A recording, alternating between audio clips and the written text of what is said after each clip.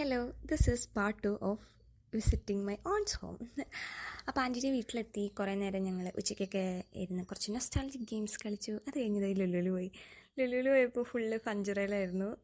Full അവിടുത്തെ അതിൽ ഗെയിംസിൽ കളിക്കുക എന്നുള്ളത് മാത്രമായിരുന്നു. പിന്നെ ഫുഡടി വേറെ ഒന്നുമില്ലാന്ന് എനിക്കിതായി ഇവിടെ എത്തിക്കഴിഞ്ഞപ്പോഴാണ് മനസ്സിലായത്. ആദ്യം കയറിയത് ഈ തിരിയുന്ന സാധനത്തിലാണ്.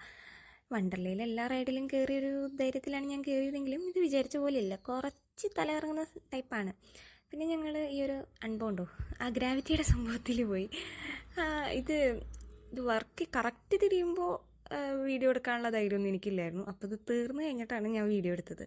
അതും ഒരു വൺ ടൈം എക്സ്പീരിയൻസ്, വലിയ കുഴപ്പമില്ല. പിന്നെ അവിടെ കണ്ണിൽ കണ്ട എല്ലാ ഗെയിംസും കളിച്ചു. അവൻ്റെ കയ്യിൽ കാർഡുണ്ട്, കാർഡ് പോയി ഇടുക, വരയ്ക്കുക, ചെയ്യുക, അത്ര ഉണ്ടായിരുന്നുള്ളൂ. സംഭവം രസമാണ്. ഒരു one time experience for me. കുറച്ചും കൂടി കുഞ്ഞൊക്കെ ആണെങ്കിൽ കുഴപ്പമില്ല, അല്ലെങ്കിൽ ബാക്കിയുള്ളവർക്കൊക്കെ നമ്മളൊക്കെ ഒരു പ്രാവശ്യം കളിച്ച് കഴിഞ്ഞാൽ ഫൈൻ. പിന്നെ ഈ പറഞ്ഞ പോലെ ഗാംബ്ലിങ് വരെ ചെയ്തു. ഇവൻ ഈ ടിക്കറ്റ്സിൻ്റെ പ്രാന്ത് ഉണ്ടായിരുന്നു. ആദ്യമൊക്കെ നമുക്ക് കയ്യിൽ ടിക്കറ്റ്സ് കിട്ടുമായിരുന്നു, പക്ഷെ ഇപ്പോൾ അവർ ഫുള്ള് ടിക്കറ്റ്സ് ആക്കി. പക്ഷേ ആ കയ്യിൽ കിട്ടുമ്പോൾ രസം ഉണ്ടായിരുന്നു, കാരണം നമുക്കതിങ്ങനെ വാങ്ങിക്കാം, അത് കഴിഞ്ഞ് മറ്റേ ആ മെഷീനിൽ കൊടുക്കാം.